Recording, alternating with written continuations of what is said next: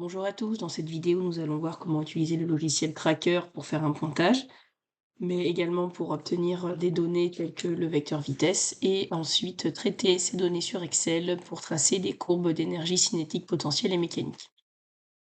Tout d'abord vous ouvrez le logiciel Tracker, vous allez chercher votre vidéo, donc fichier, ouvrir, vous allez chercher votre vidéo. Vous pouvez aussi la glisser hein, dans le logiciel, donc ça peut prendre un petit moment, voilà. Alors, voilà ma vidéo. Ici, donc, elle est dans le bon sens. Si jamais votre vidéo n'est pas dans le bon sens, vous allez dans Vidéo, Filtre, Nouveau, Pivoter et là, vous pouvez choisir. Donc ce que je vais pas faire ici puisque j'en ai pas besoin. Alors, on va tout d'abord faire un pointage. Donc vous allez déjà pouvoir zoomer sur votre vidéo si vous êtes loin. Voilà, 100 c'est bien. Ensuite, sur votre vidéo, vous allez devoir chercher l'image ou par exemple l'objet que, vous lancez quitte votre main, par exemple. Donc voilà, après si c'est un objet que vous mettez en mouvement, bah voilà, c'est à partir du début où il est mis en mouvement. Moi ici, c'est le volant de badminton, donc on va considérer l'échelle, image 110 pour moi. Vous vous adaptez à votre vidéo.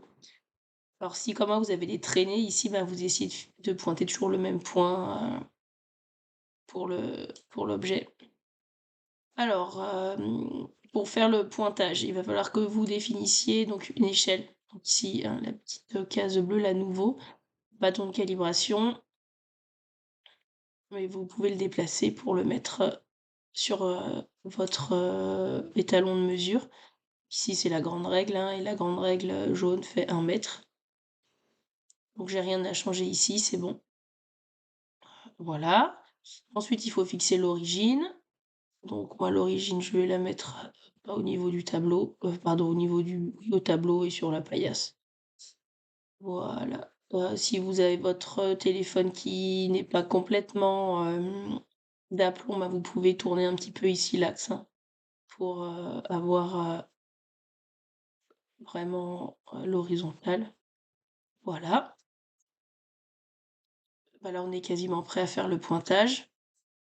Donc vous allez dans Piste, faites Nouveau, vous faites Masse ponctuelle, voilà et pour pointer, il faut appuyer sur la touche Shift pour faire le pointage. Donc moi ici j'ai le volant de badminton, j'ai une traînée sur ma vidéo, c'est pas grave. Je vais pointer à chaque fois l'extrémité du volant de badminton et donc vous cliquez, vous maintenez Shift et vous cliquez avec votre souris et vous vous placez donc, au niveau, bah, de votre système. Vous essayez de pointer toujours le même point. Alors ça peut être assez long et fastidieux si vous avez une vidéo qui est assez longue, hein, sur les lancers, bah, c'est pas très compliqué donc vous continuez. Donc voilà, mon pointage est terminé.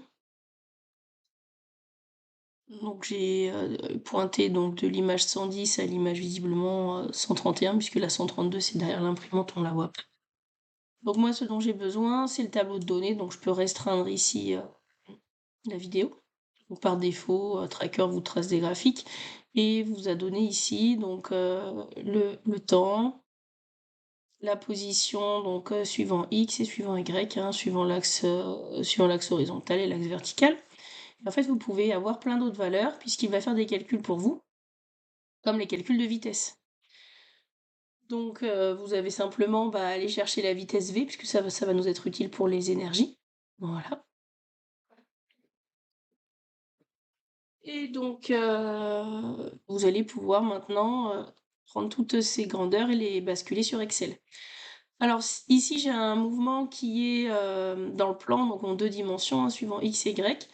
Si vous avez un mouvement qui est, purement vertical, vous pouvez simplement, vous limiter à prendre VY. Vous n'avez pas besoin de la composante Vx puisque je vous rappelle que V, c'est racine carrée de Vx au carré plus Vy au carré. Si votre mouvement il est purement vertical, ben Vy suffit pas, vous avez pas forcément besoin de V puisque vous pouvez avoir, des petites oscillations horizontales qui sont plutôt parasites Donc n'hésitez pas à prendre juste, VY. Sinon V, ça marche aussi. Voilà. Vous avez toutes vos données. On va donc ça, vous pouvez fermer. On va maintenant, sélectionner nos valeurs pour les amener sur le tableau Excel. Alors vous voyez par exemple pour le premier point, vous n'avez pas le calcul de V. C'est normal puisque V c'est une dérivée. C'est, donc il prend les valeurs d'après et d'avant pour pouvoir faire les calculs, donc vous n'avez pas la dernière valeur et vous n'avez pas la première valeur, c'est pas grave. On va juste nous sélectionner, les lignes qui sont complètes. Voilà. Ensuite, c'est assez simple, on fait clic droit, copier les données sélectionnées. Donc vous choisissez pleine précision. Et c'est important également de fixer le délimitateur et ici c'est onglet. Voilà. Donc vous ouvrez Excel ou vous l'avez peut-être ouvert avant. Voilà, si vous aviez Excel, vous faites CTRL V. Et vous voyez qu'il y a un tableau qui s'affiche. Alors, suivant la configuration de votre Excel, justement, vous aurez peut-être des choses différentes à faire. Alors, il faut être sûr que Excel ait bien compris que ces chaînes de caractères là soient des nombres et pas juste des chiffres qui traitent comme des caractères. Ça pourrait être des lettres, pour lui c'est pareil. Donc vous agrandissez juste une colonne et si pour vous les nombres sont à gauche comme moi, c'est qu'il ne les a pas convertis en nombres justement. Puisque dans les tableaux de nombres pour Excel, les nombres ils sont toujours alignés à droite. Donc ici pour moi, c'est parce que il reconnaît pas la virgule pour un nombre. En fait, il faut mettre un point.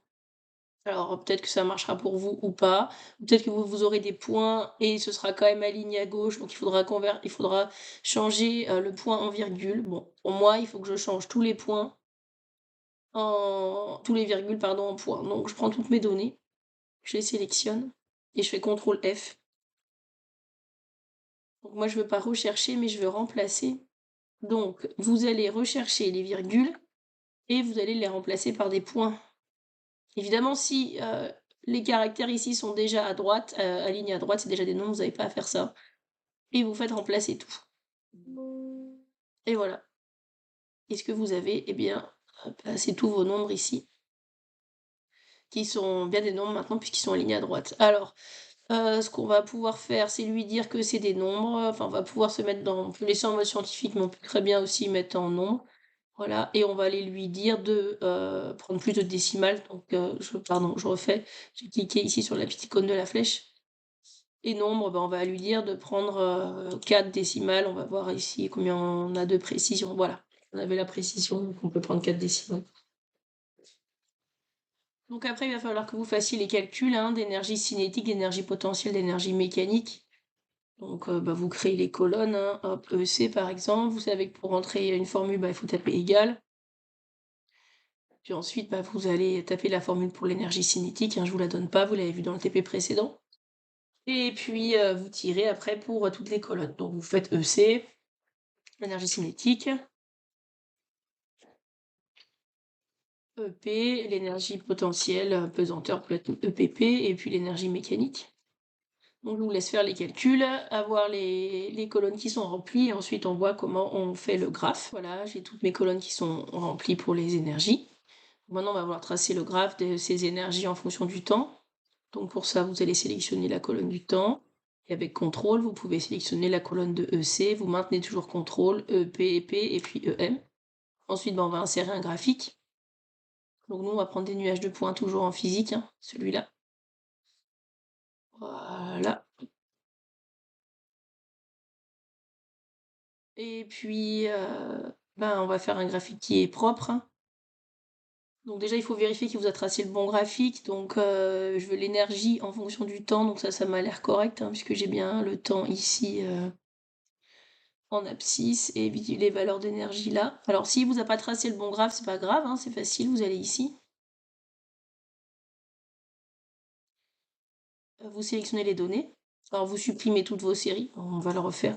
Comme ça, il n'y a pas de problème. Et vous allez ajouter une série. Donc nom de la série, donc moi je vais l'appeler énergie cinétique. Donc je vais chercher la valeur des abscisses, c'est le temps. Voilà, je reclique ici et je vais chercher la valeur de l'ordonnée ici. Et donc là c'est l'énergie cinétique. Voilà, ok. Et vous faites ok. et puis vous continuez à ajouter, hein, vous faites l'énergie potentielle et cetera. Donc une fois que vous avez, votre graphique avec les séries qui sont, elles, bien nommées pour, avoir ici, la légende de votre graphique, il va falloir lui mettre un titre. Ce serait bien, titre du graphique.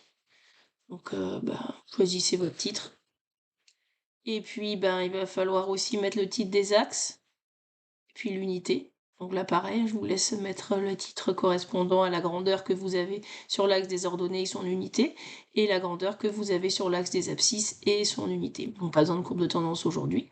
Une fois que vous avez donc un graphique qui est correct, hein, bien sûr, donc, vous déposerez votre fichier sur Moodle comme d'habitude et puis, surtout vous répondez donc, aux questions, du TP et vous rendez, ça par groupe aussi, donc, sur, Moodle.